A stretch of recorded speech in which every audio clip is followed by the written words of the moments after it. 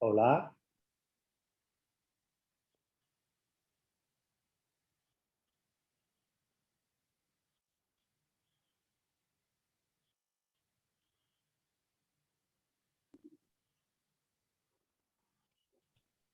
Adelante, Francesc, cuando quieras. Molt bé. Hola, buenas tardes desde Barcelona.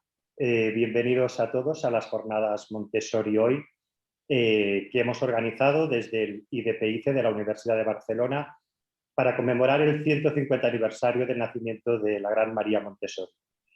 La jornada de hoy constará de una presentación institucional por parte de la directora del IDPICE, la doctora María Rosa Buixarrais, y del doctor Josep Alsina, profesor de la Facultad de Educación de esta universidad. A continuación, la doctora María Antonia Pujol, profesora emérita de esta Facultad de Educación, dará su conferencia. Os recordamos que las jornadas seguirán mañana a la misma hora con una mesa redonda. Ya sin más preámbulos, pues, doy paso a la doctora María Rosa Buixarrais. Un saludo y espero que estas jornadas sean de vuestro agrado. Buenas tardes a todos. Buenas tardes o buenos días. Me complace darles la bienvenida a las Jornadas Virtuales Internacionales Montessori Hoy, organizadas, como saben, con motivo del 150 aniversario del nacimiento de María Montessori, por el Instituto de Desarrollo Profesional, el IDP-ICE, junto con la Facultad de Educación de la Universidad de Barcelona.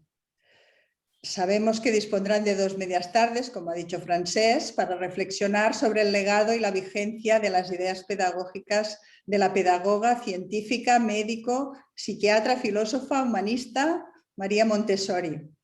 Todos ustedes saben que su método pedagógico, creado a principios del siglo XX, se mantiene como un modelo de éxito con plena vigencia.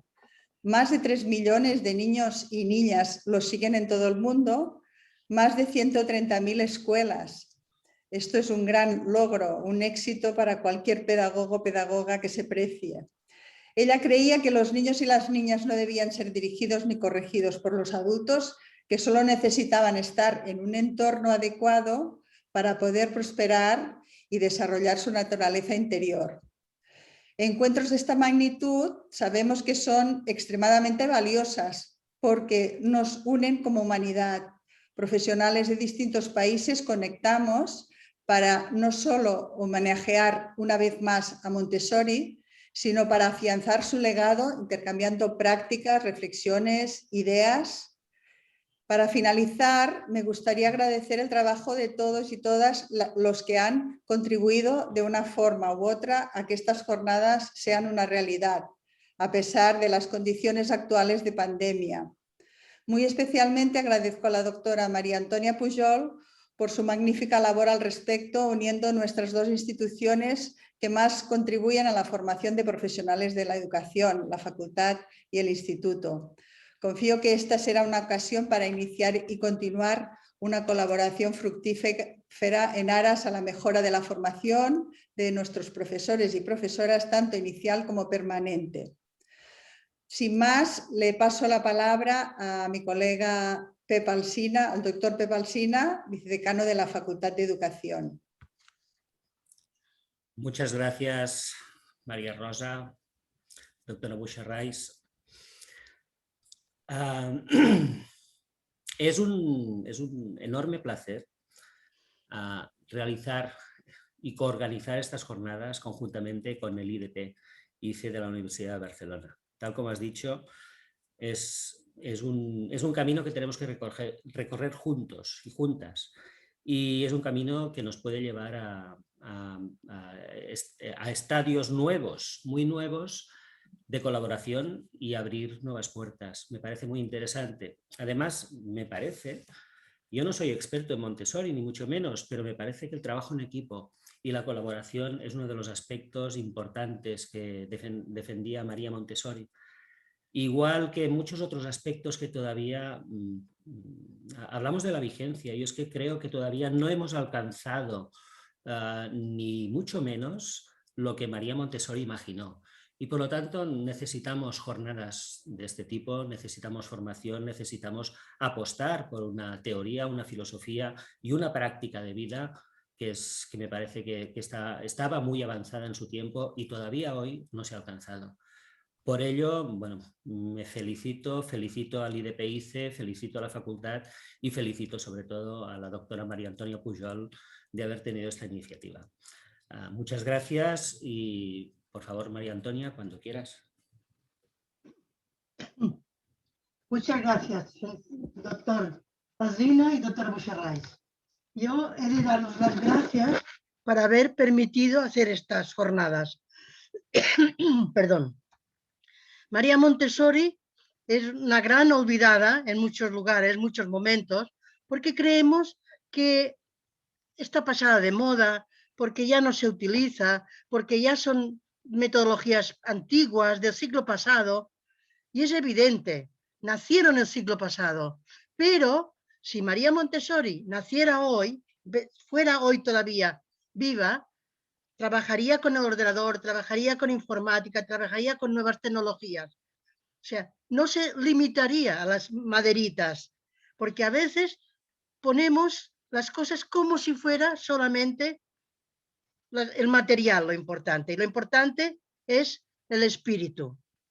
Yo he de agradecer mucho, mucho, mucho al Instituto de Desarrollo Profesional y a la facultad, porque han permitido, han favorecido, han facilitado el celebrar estos 150 años. Yo soy una persona montessoriana desde el principio, desde siempre, desde que empecé a trabajar como maestra en el año, no digo el año, porque se vería el plumero, 50 y pico, porque es una metodología que trabaja la persona. Y esto para mí es muy importante. Montessori no tuvo una vida fácil, pero supo hacer de la adversidad virtud. Y fue transformando los momentos de oportunidades que tuvo en oportunidades creativas. Ella no llegó a hacer a partir de bases teóricas, ni a hacer cosas científicas aisladas de la realidad, sino que lo hizo a pesar de la experimentación, la observación y la fijación con lo que hacía día a día con los niños y niñas de edades tempranas. Iremos avanzando un poco en esto. Es un referente para personas de formación inicial, de formación permanente, de investigadores, de cualquier nivel educativo. Yo he tenido la suerte de poder visitar muchas escuelas Montessori de Ámsterdam, que es donde ella hizo el final de su carrera pedagógica, la hizo allí. Y claro, lo que era más impresionante es que no eran solamente aulas de infantil, aulas de primaria, no. La escuela Montessori en Holanda, en Ámsterdam, es desde infantil hasta la secundaria. O sea que los chicos de 16 y 17 años también trabajan con el método Montessori, porque el método Montessori no es la torre rosa, no es los encajes sólidos, no son las piezas, sino que es una forma de observar, de experimentar, de reflexionar y de ir más allá de lo que es el material. ¿Cuáles son las primeras adversidades que tuvo que luchar para conseguir su trabajo, para conseguir tirar adelante? Lo primero de todo, tuvo dos grandes problemas. Su padre, que no quería de ninguna manera que estudiara, y Mussolini, que luego veremos por qué. María Montessori, por tanto, nació en el seno de una familia burguesa, católica, en Chiaravalle, provincia de Ascona, el 31 de agosto de 1870. Su padre, Alessandro Montessori, era militar de profesión, muy estricto, muy rígido. No aceptaba que una niña podía aspirar a estudiar. Solo pensaba que como mucho podía hacer aprender a leer, porque era una cosa importante en su nivel económico, en su nivel social, que las niñas supieran escribir su nombre máximo. Pero al lado de este padre rígido y no aceptaba el estudio de María Montessori, tenía una madre. Ya sabemos que las madres somos capaces de ayudar a nuestros hijos y que consigan aquello que quieren. Por tanto, Renilde, que así se llamaba, Renilde Stoppani, era una persona que le gustaba mucho leer, le gustaba mucho la literatura, y a partir de esto fue la que fue conduciendo a María Montessori para que entrara en este mundo de la lectura, en este mundo de la literatura. Y ayudó a convencer a su marido, al padre de María, que le dejara estudiar. Podemos decir que en aquel momento estudiar una carrera era un privilegio de muy pocos, y menos una carrera científica como quería estudiar ella. No estaba bien visto, pero le ayudaron. Y su madre fue la persona que le ayudó a llegar a estudiar lo que ella quería. Y le ayudó a matricularse nada más y nada menos en la Escuela de Ingenieros. O sea que María Montessori empezó estudiando ingeniería. Y de esta ingeniería empezó a decir, bueno, ¿y cuáles las cualidades que necesita un buen ingeniero? El autoaprendizaje, el criterio personal, el trabajo en equipo, esto que decía nuestro compañero doctor Alsina, la comunicación oral y escrita, la observación, el análisis, la forma de actuar, la inteligencia emocional, el liderazgo, el pensamiento estratégico. Un ingeniero debía tener estas cualidades. La atención al detalle, porque un ingeniero tiene que mirar y observar desde el pequeño tornillo, desde el pequeño agujerito a la gran estructura, muchos otros aspectos. Pero lo que sí podemos garantizar es que estos estudios le abrieron las puertas a muchos otros más. Y no bastó, no se conformó en estudiar ingeniería y basta, porque empezó a hacerse preguntas. ¿Cuáles son los enigmas de la naturaleza? ¿Cómo se desarrolla la persona? ¿Qué influencia tiene la naturaleza sobre el crecimiento del ser humano? ¿Cómo influye en los seres vivos y el ambiente? Todos estos interrogantes y muchos más la condujeron hacia otros estudios. Por tanto, ya tenía la ingeniería terminada, pero empezó biología, porque pensaba que era una forma de completar estos estudios de ingeniería. La vida no era fácil, pero su tenacidad, su ilusión, su saber hacer, la ayudaron, la empujaron a llegar hasta la universidad. Y allí, una vez había estudiado biología, vio lo importante que era estudiar medicina. Porque claro, la medicina era una de las cosas que ayudaban a completar estos estudios. A pesar de que su padre dijo que no quería que siguiera estudiando, ella siguió estudiando. Porque fue a ver qué podía hacer en medicina. Le costó mucho. No vamos a entretenernos porque hay muchos estudios que explican, incluso hay una película que explica cómo entró en la Facultad de Medicina María Montessori. Pero ella entró en medicina, se doctoró en medicina y el día 10 de 1896 tenía el título de la primera mujer médico que conseguía este título. Aquí lo tienen.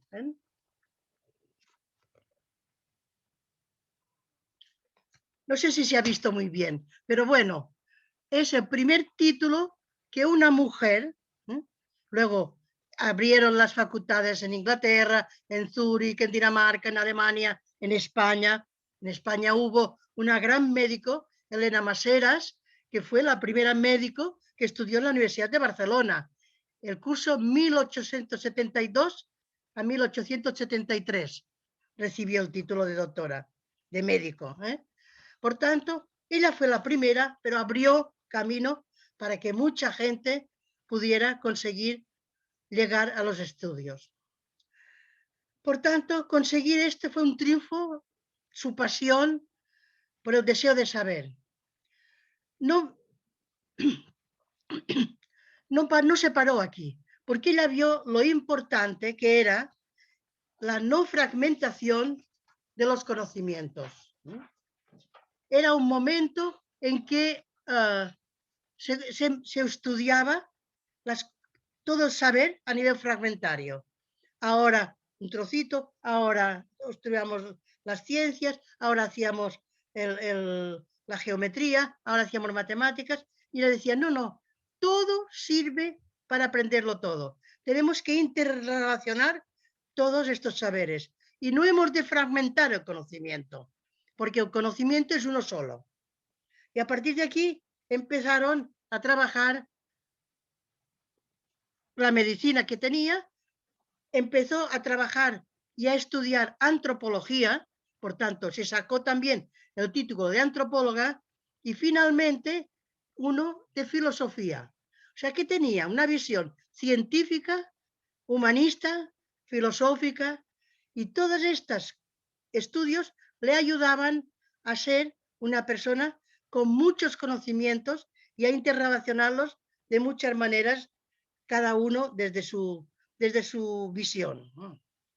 Por tanto, con esta visión científica, antropológica y humanística, con su sensibilidad de mujer y su inquietud de amor a los niños y niñas, tenemos ante nosotros una persona que fue capaz de escuchar y de ser escuchada, en el ámbito científico y educativo.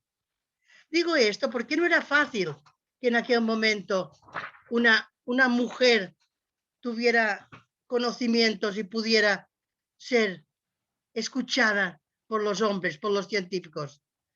Y por tanto, dijo, ¿cuál es el itinerario que he de hacer yo de todo esto que sé para devolverlo a la humanidad?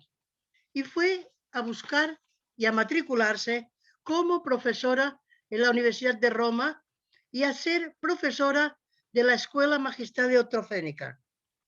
Allí trabajó con los niños y niñas deficientes y fue cuando empezó su carrera hacia la educación de los niños y niñas con dificultades especiales.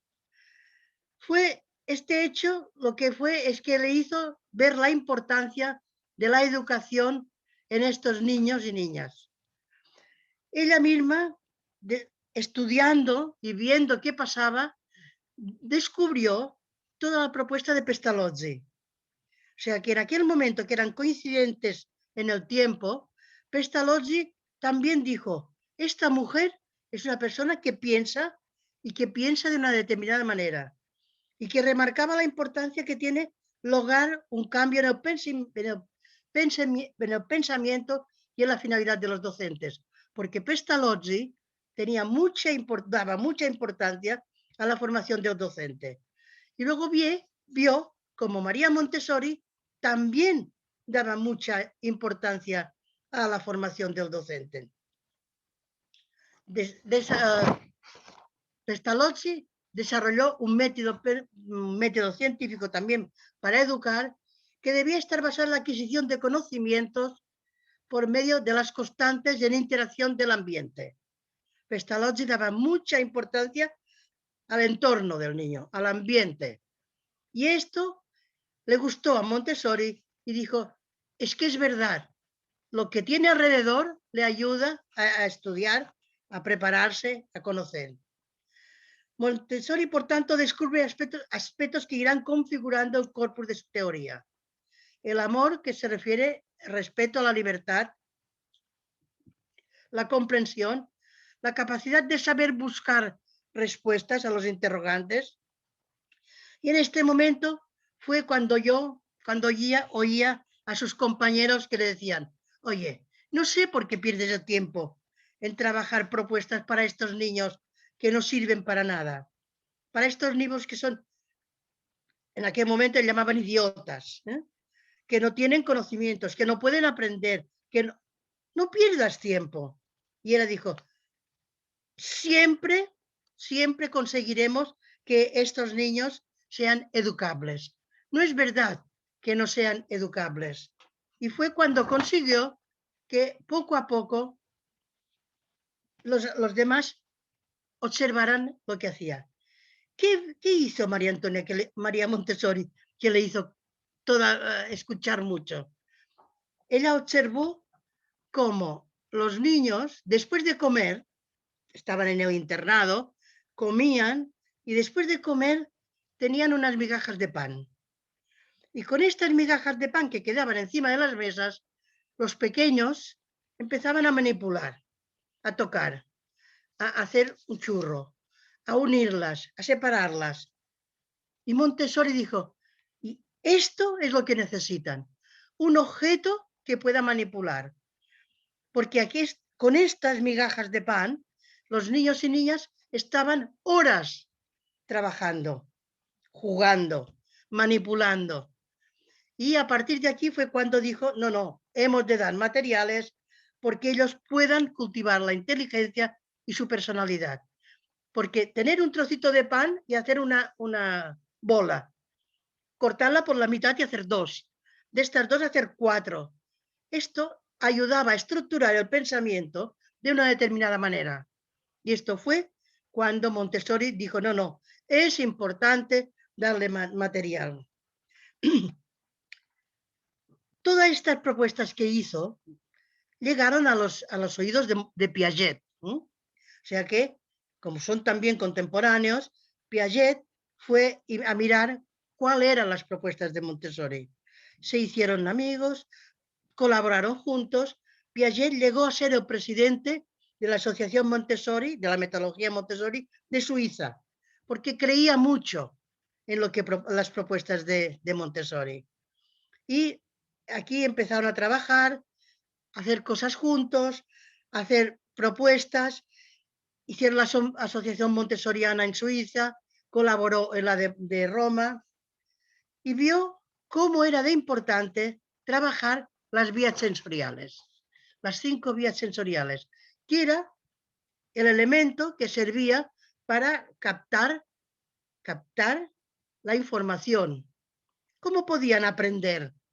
Viendo, oliendo, gustando, escuchando, tocando. O sea, las 5 vías sensoriales eran 5 puertas, 5 analizadores que le ayudaban a trabajar y a adquirir los conceptos que tenían a su alrededor. Montessori, mientras estaba trabajando y discutiendo todo esto, descubrió 2 médicos. 2 médicos también muy importantes, que han sido importantes en nuestra vida pedagógica, que fueron Itard y Seguin. Itard descubrió el niño de Aveirón, que le llaman, el niño salvaje de Aveirón.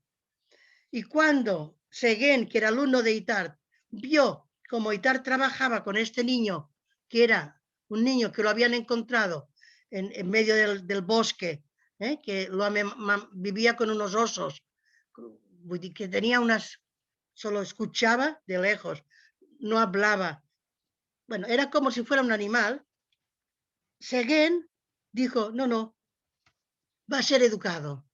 Y entre Eduardo Seguin y Itard trabajaron este niño salvaje. No vamos a entrar porque también hay una película muy bonita, pero Seguin dijo, Víctor, que así se llamaba el infant terrible, el niño salvaje, este niño aprendió a hablar, aprendió a jugar, no llegó a una inteligencia de adulto muy elevada, pero sí se socializó.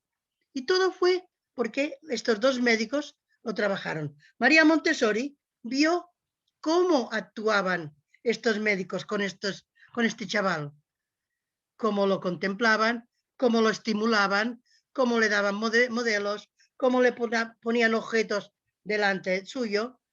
Cuando este niño se encontró en una habitación y tenía unas bolas de madera y unas cajas de madera o de plástico o de hierro y vio que cogía una cosa y la podía poner dentro y desaparecía, esto hizo que su pensamiento fuera evolucionando. Y este niño, que era un niño salvaje, llegó a tener unas aptitudes como si fuera de niños normales. A partir de la observación, de la manipulación, de cómo estos dos médicos trabajaron este niño, María Montessori dijo, pues si este niño ha sido capaz de llegar a donde ha llegado, los niños que están en una escuela agrupados por deficiencias, unos que no hablaban, otros que no tenían un buen comportamiento, otros que tenían trastornos mentales, otros que tenían diferentes tipos de trastorno.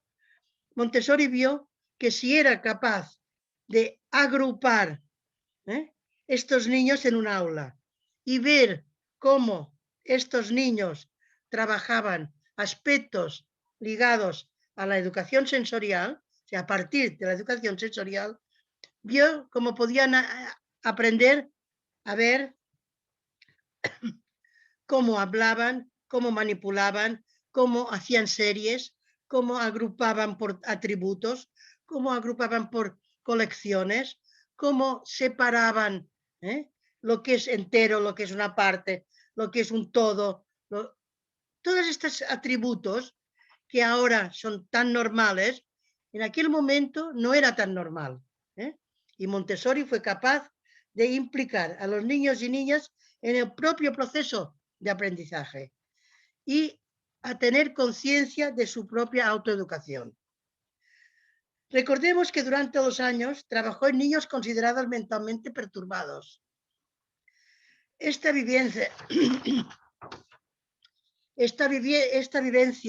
la condujo a analizar cuáles eran los resortes para trabajar y para ayudar a estos niños y niñas. Montessori vio que ella debía utilizar los primeros aprendizajes de los niños y niñas en unos momentos en que ellos fueran sensibles, que eran una etapa plástica, y aprendieron a partir de sus percepciones, sobre todo su actividad, sobre todo la discapacidad, separar cualidades, separar atributos, analizar cuáles eran estos atributos y cuáles eran estas capacidades. Recuerdo que a veces decía, cuando yo trabajaba con niños, decía, ¿cuál es el grande? Y le daba tres lápices. Bueno, teníamos 3, y le decíamos, ¿cuál es el más grande, el más alto? Decían, este. Ah, muy bien. A ver, dame el más alto. Miraba este. Muy bien. ¿Cuál es el más grande? Y el niño miraba. Claro, tenía que ver que ya no era aquel, era este. Por tanto, descubrir que las cualidades sensoriales son relativas, ¿no?, es muy importante, porque cada uno lo que hace es pensar cómo pueden ser que las cualidades no son obsoletas, no son únicas. Puede ser que sea largo o corto, según el que tengo al lado. Si yo le digo, a ver, vamos a buscar objetos de la clase que sean grandes. Ellos van por la clase y buscan un objeto que sea grande. Pero luego al lado de este objeto le pongo otro que es más grande. Lo que les dice, pues ya no es el grande, ya es otro. Por tanto, esto es importante que estos aspectos sensoriales se estudian no a nivel absoluto. No una cosa es grande o es pequeña. No, es grande o es pequeña según cómo se compara. Yo recuerdo que cuando trabajábamos los sonidos, es muy difícil trabajar un sonido. ¿Por qué? Porque los sonidos no son nos pueden tocar, pero sí se pueden escuchar. Yo me acuerdo que un día, una clase, teníamos un material que era una caja de cartón, que había unos agujeros y había dentro un hilo de lana con un nudo puesto sencillo. Pues el niño tenía que coger el hilo y tirar. Y mientras salía el hilo de la caja, tenía que hacer un sonido con la boca.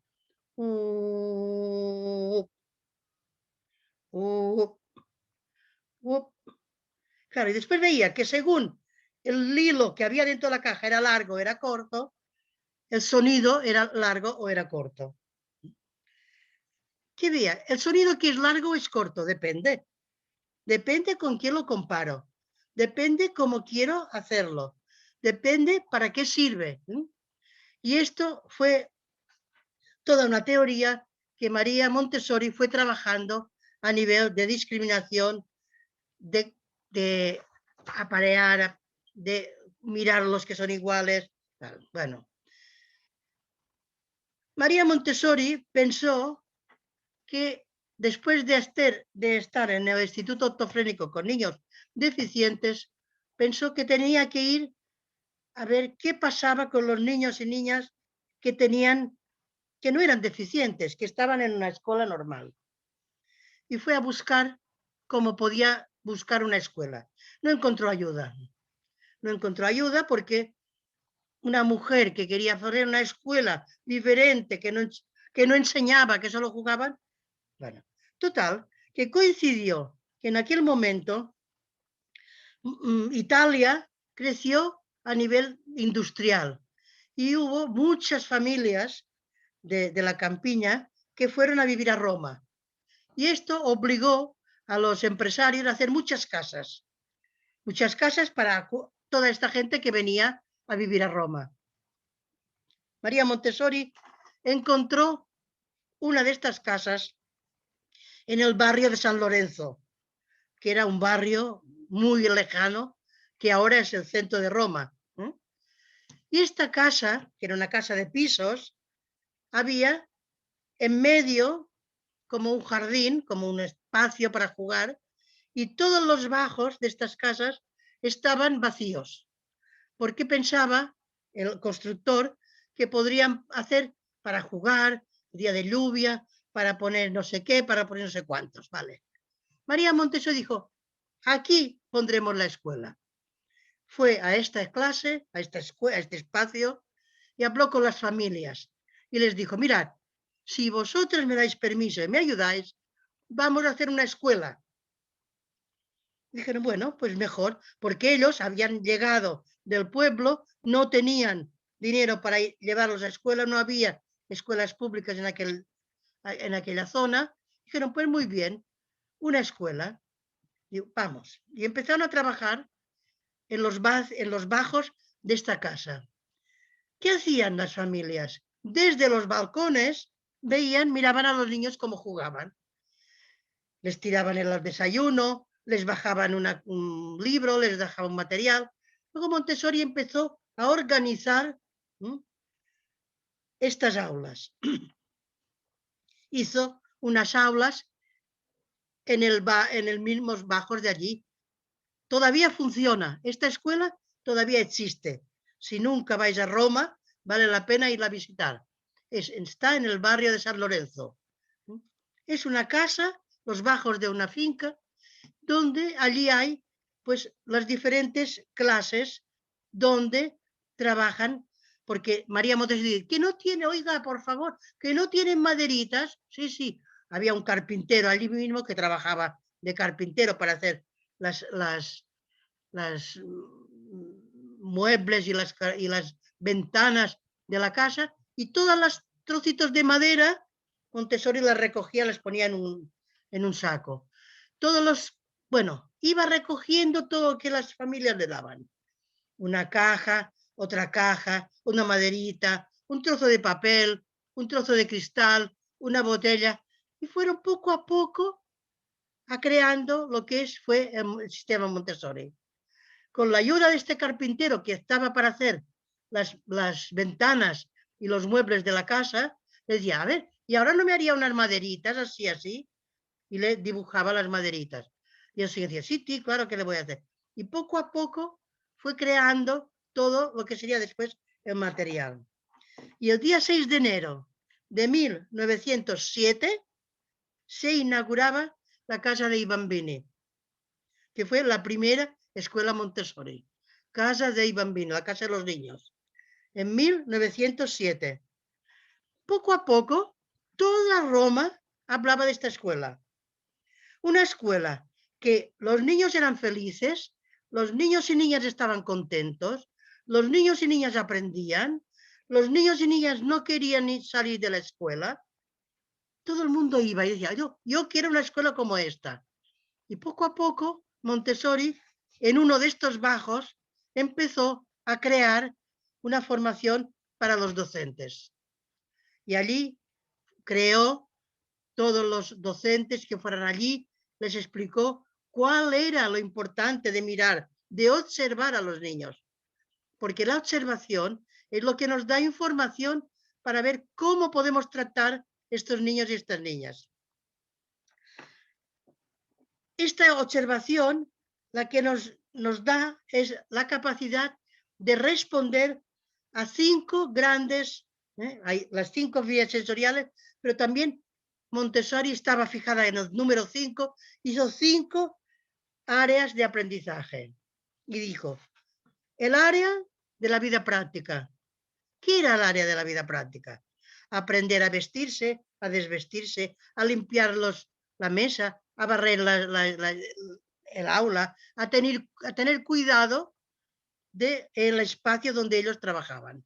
Por tanto, la vida práctica era un elemento que era importante en las escuelas, porque ellos no tenían dinero para que viniera una brigada a limpiar. Por tanto, ella creía que los niños y niñas tenían que tener cuidado de la limpieza de estas aulas. Otra era el área sensorial, trabajar las 5 vías sensoriales. Otra área era las matemáticas. Tenían que aprender a cuantificar muchos, pocos, todo, parte. O sea, y esta cuantificación no era solo aprender los números, no. Esta cuantificación iba más allá del número. Y esto les ayudó a dominar lo que eran los aspectos cuantitativos, pero también los cualitativos, porque no era lo mismo decir una cosa grande que una cosa larga, que una cosa pequeña, etc. Hemos dicho ya 3 áreas, la sensorial, el lenguaje y la de las matemáticas. No, el lenguaje no lo habíamos dicho. Porque Montessori pensaba que todo lo que el niño y la niña hace a nivel manipulativo ha de ser capaz de verbalizarlo. Por tanto, yo me acuerdo, momentos que trabajaba en el aula, y hace muchos años, iba paseándome por la clase y les decía, oye Juan, ¿qué estás haciendo? Y me miraba. Lo que tú me has dicho, ¿qué te he dicho? A ver, mira qué estás haciendo y explícamelo. Estoy mirando los que son rojos, estoy buscando los que son grandes, estoy separando los enteros de los trozos. O sea, esto era lo importante, el ser capaz de verbalizar lo que están haciendo. Y Montessori, por tanto, tenía una área de lenguaje que era verbalizar todo lo que hacía con la mano. Y finalmente tenía el área cósmica que llamaban. El área cósmica era el entorno, era la naturaleza, era el aprender a observar y a ver lo que se puede preguntar a la que observo. Me acuerdo que Wagenberg, un gran científico que trabajó mucho en el Museo de la Ciencia, yo había trabajado bastante con él, era una persona encantadora, decía, si esta es la respuesta, ¿cuál debe ser la pregunta? Y esto a mí me llenó mucho, porque María Montessori también hacía esto. hacía estas preguntas, y si en lugar de ser rojo le ponemos un poquito de blanco al lado, y si, este y si es lo que realmente ayuda a que los niños y niñas piensen las respuestas de lo que quieren hacer. Por tanto, la mentalidad de Montessori hace aquel esfuerzo para superar todos los aspectos del aula. Decía que lo que nada valía, lo que nada costaba, nada valía. Y poco los niños rebeldes se fueron normalizando. Poco a poco los niños que no tenían hábitos de comportamiento fueron normalizándose. Y estos 60 niños y niñas que empezaron en la escuela, la primera escuela de la Casa dei Bambino, juntos crearon las reglas y las normas. Cuando los niños de 4 y 5 años aprendían a leer y a escribir, con un proceso natural, el mundo se conmocionó. Y empezaban a decir, en el barrio de San Lorenzo. Pero esto no solo fue en el barrio de San Lorenzo. Alejandro Graham, un gran científico estadounidense, se fijó en lo que proponía Montessori. La llamó y le dijo, oye, ven a Estados Unidos y me enseñas a cómo montar una escuela montessoriana, porque esto es lo que realmente hará crecer la humanidad. Y Alexander Graham abre la primera escuela de niños con el método Montessori y a partir de aquí se hace un colaborador de Montessori. Pero pronto Kilpatrick, que era otro pedagogo que estaba en aquel momento trabajando, que es el que ha trabajado muy bien todo lo que los proyectos, vio que María Montessori estaba creciendo en Estados Unidos y estaba en una onda expansiva y no le gustó, porque hasta aquel momento Kilpatrick era el jefe de la educación de los pequeños y empezó a escribir un libro que se decía el sistema Montessori obsoleto. María Montessori dijo, me es igual si es obsoleto o no. Yo lo que sé es los resultados. Y Kilpatrick empezó a trabajar lo que sostiene el mismo método de proyectos. Pero vieron que era lo mismo, la forma era diferente de llegar, pero los objetivos, observar, planificar, comparar, buscar, analizar, todo hacían lo mismo. Lo que uno con unos materiales y el otro con elementos de la naturaleza. Pero era lo mismo. Profundamente, la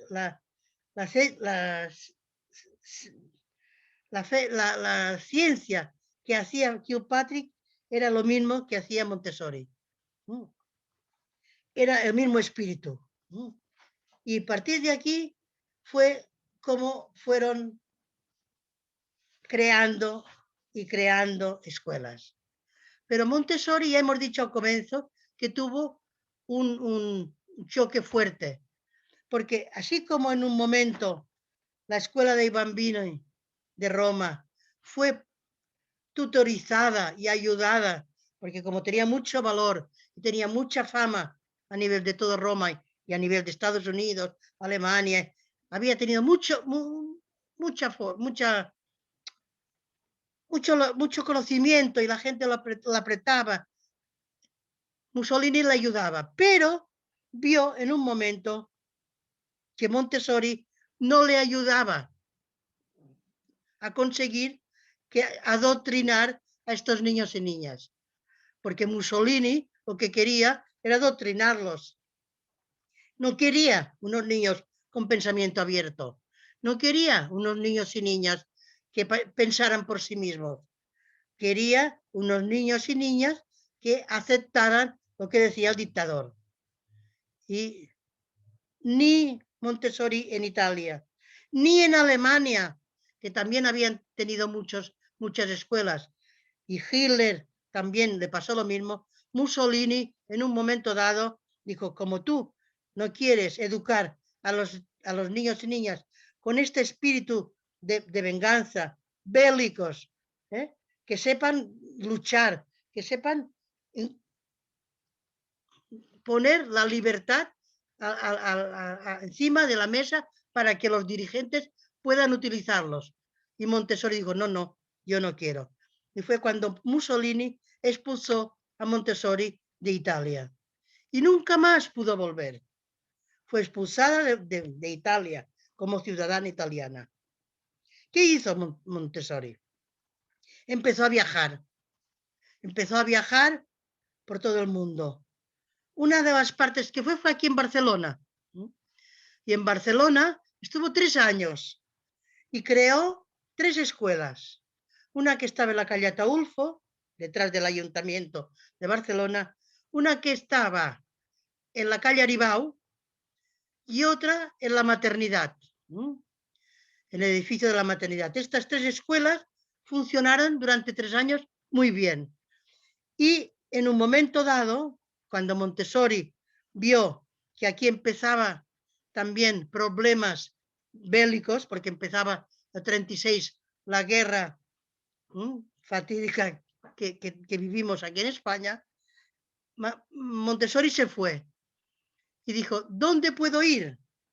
Y se fue donde estaba el país más tolerante, el país más abierto, el país que aceptaba cosas muy diversas, muy demócrata. Y se fue a Holanda.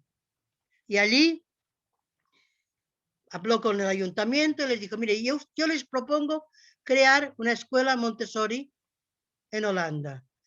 Y al principio el ayuntamiento dijo, bueno, vamos a ver, vamos a ver. Y sí, al final le dio permiso para hacer las escuelas Montessori. Hoy en día hay como 80 escuelas Montessori. Todas las escuelas públicas que hay en Ámsterdam, todas se llaman igual. Montessori 1, Montessori 2, Montessori 47, Montessori 54. Porque todas tienen el nombre de Montessori y un número que les pone el ayuntamiento.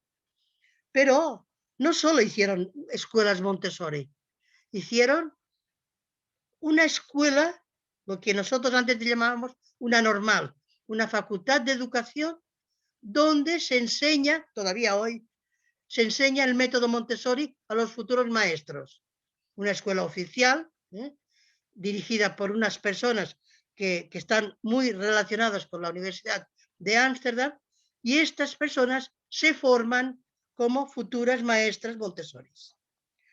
La escuela Montessori holandesa es una escuela muy interesante, muy interesante. Solo vamos a hablar porque se está haciendo tarde, pero solo una pincelada. Yo fui la primera vez que fui allí, vi unas aulas que había niños de P3, P4 y P5, y había niños de primero, segundo y tercero, y pensaba, bueno, estas son escuelas que tienen pocos alumnos y tienen que mezclar los alumnos, como nos pasa a nosotros aquí.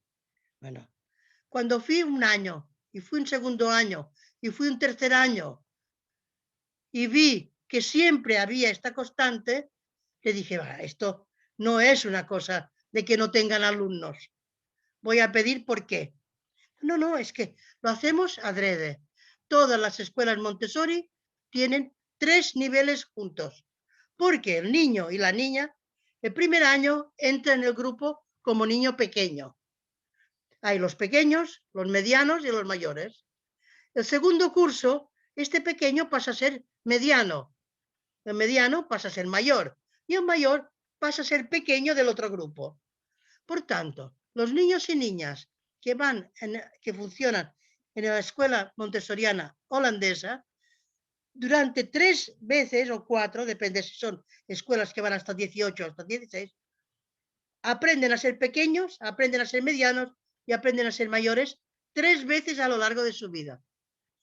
Y ellos, los profesores, dicen es que así aprenden a ser pequeños mayores. Porque cuando un niño entra a la clase y es nacido en diciembre, pues siempre es el pequeño de la clase. Nunca será el mayor. Y este niño tiene que aprender a ser mayor, a ser mediano y a ser pequeño. Esta escuela montessoriana de Holanda es muy interesante porque nos da modelos para nosotros ver, transportar aquí algunas cosas. Ya sé que nosotros no vivimos en Holanda, nuestro país no es Holanda, pero sí que hay muchas cosas que sirven para ver cómo son y cómo nos sirven. Y ahora, ya no me entretengo más, Montessori muere en el 1952 y yo quiero comentarles una cosa que a mí me impresionó mucho.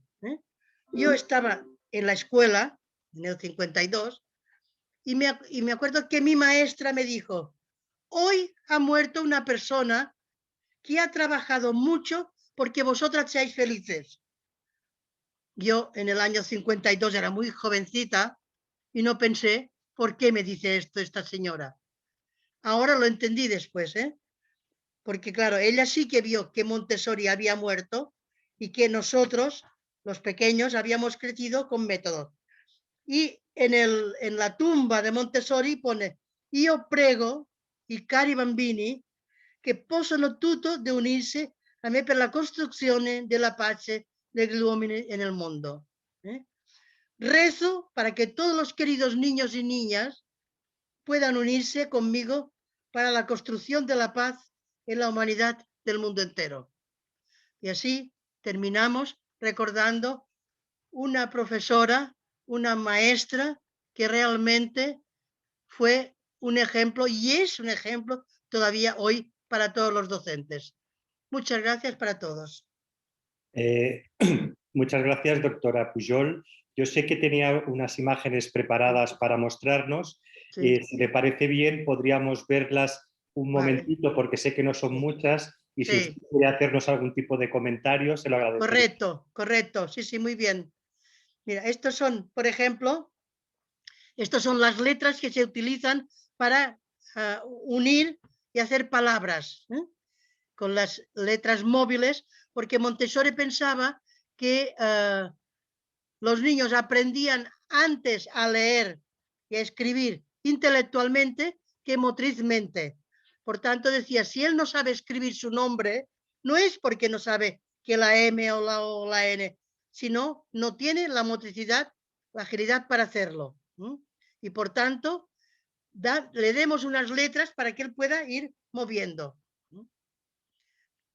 Aquí tenemos otro material, que el niño ha de componer el dibujo. Siempre hay dos dibujos diferentes, porque él primero tiene que clasificar los que van en un dibujo y los que van al otro. Y a partir de aquí se crea la figura. Estos son los encajes sólidos. Son unas piezas, que hay 10 piezas, que aquí todas son igual de altas, va cambiando el grosor, y hay 3 barras como estas. Una que cambia el grosor, otra que cambia la altura y otra que trabaja las dos cosas, altura y grosor. Y el niño y la niña llega un momento que los coloca todos sin verlos, solo tocando, para que pueda realmente ver las sensaciones. Aquí es para más pequeños, para poner por colores, lo que son azules, rojos, verdes, amarillos, rojos, azules, y luego la maestra puede, pero bueno, hay muchos, hay pocos. Si pongo más rojos que amarillos, bueno, y voy a trabajando estos conceptos. Aquí es para trabajar el concepto de cantidad. Hay un pivot que pone en el 1, 2, 3, luego él lo tiene que poner tantas bolitas como números indica aquí. Y a partir de aquí, él tiene que saber, si yo digo 2, y hago 1 y 2, y aquí pongo 2 o pongo 3, luego he de cambiar y poner un número aquí. No sé si me explico. O sea, que tenemos como dos líneas, unas que están hacia aquí y otras que están aquí. Y he de hacer el producto cartesiano, unir esta con esta. Si yo digo, aquí hay 4, y aquí pongo 3, ¿dónde es la unión? Y a partir de aquí el niño piensa dónde es la unión. Esto es la cadena que decía Montessori. Eran unas bolas, que hay por una parte unos alambres que hay 10 bolitas, luego 10 bolitas 10 tiras de alambres hacen la centena y 10 centenas hacen el cubo de 1000. Luego 10 unidades hacen la decena. O sea que el niño va manipulando y poniendo 10 en un sitio, 10 aquí, 10 de estos hacen uno de estos, y van comparando y viendo cómo van trabajando de la unidad al cubo de 1000, que es este cuadrado que hay aquí abajo. Esto es para trabajar el concepto de número, 2 y 3, pone 2 y 3, pero luego puedo ver que si pongo 3 aquí, en lugar de 23 en 32. Por tanto, ver que según la posición, las figuras, los números, tienen una cantidad u otra. Hay otro material que no lo vemos ahora aquí, pero que es para trabajar la unidad, la decena y la centena. Son muy interesantes porque descubre el valor de la decena, de la unidad. Estos son las letras de papel de lija, porque Montessori decía que todo lo que se tocaba entraba. Por esto, poder reseguir estos cartones que la letra está dibujada con papel de lija sirve para interiorizar. O sea que el niño toca esto, cierra los ojos y luego gira la parte de atrás y tiene que reproducir la letra. Es una forma de interiorizar la forma de la letra. Estos son unas piezas que van del más grande al más pequeño y las hay de 4 colores diferentes para trabajar los tamaños, básicamente esto trabaja.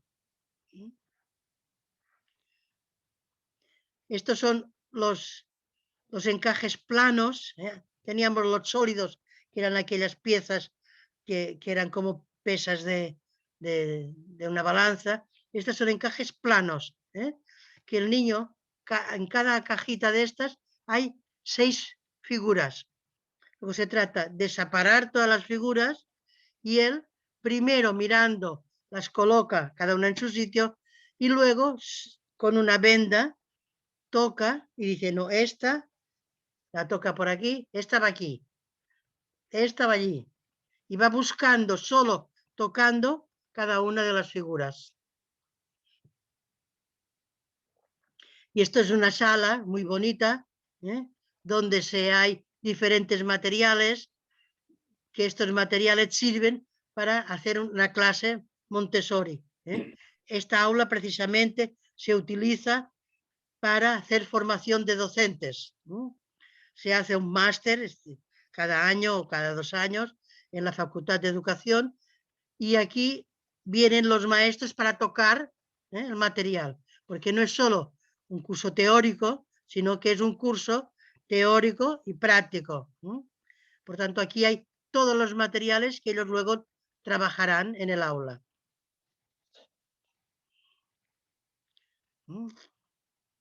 De acuerdo, pues muchas gracias, doctora Pujol, por esta conferencia tan interesante sobre la trayectoria personal y profesional de María Montessori. Os recordamos que las jornadas seguirán mañana jueves a las 6 de la tarde, hora de Barcelona, con una interesante mesa redonda sobre el legado de Montessori en la actualidad. Muchas gracias y hasta mañana. Gracias a todos y a todas.